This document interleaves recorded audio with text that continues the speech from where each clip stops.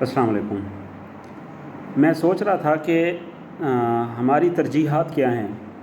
ابھی آپ کو میں ایک واقعہ سناتا ہوں کہ میں نے کچھ بچوں کو پروجیکٹس کے لیے کہا اور ان کو ڈیفرنٹ آپشنز میں نے دیے، اور ان کو میں نے کہا کہ اس کی کاسٹ تقریباً 500 سے لے کر 1000 تک آئے گی ایک بچے کو۔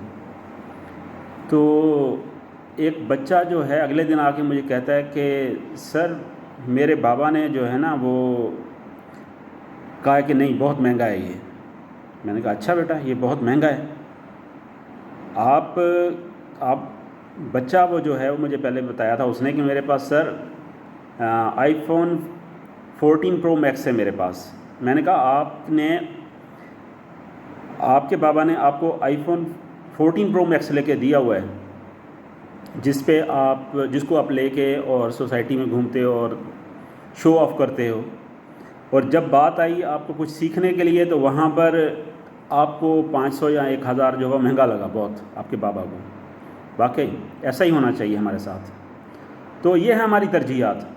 ہم زبان کے چسکے کے لیے 500,000 کا برگر اور پیزا آرام سے کھا لیں گے، لیکن اگر جب بات آئے گی نا ہمارے بچے کی تعلیم کے بارے میں تو وہاں پر ہمیں 100 روپیہ بھی مہنگا لگے گا۔ تو ہمیں اصل میں تعلیم کی ضرورت نہیں ہے، ہمیں تعلیم کی ضرورت نہیں ہے، ہماری ترجیحات تعلیم ہے ہی نہیں۔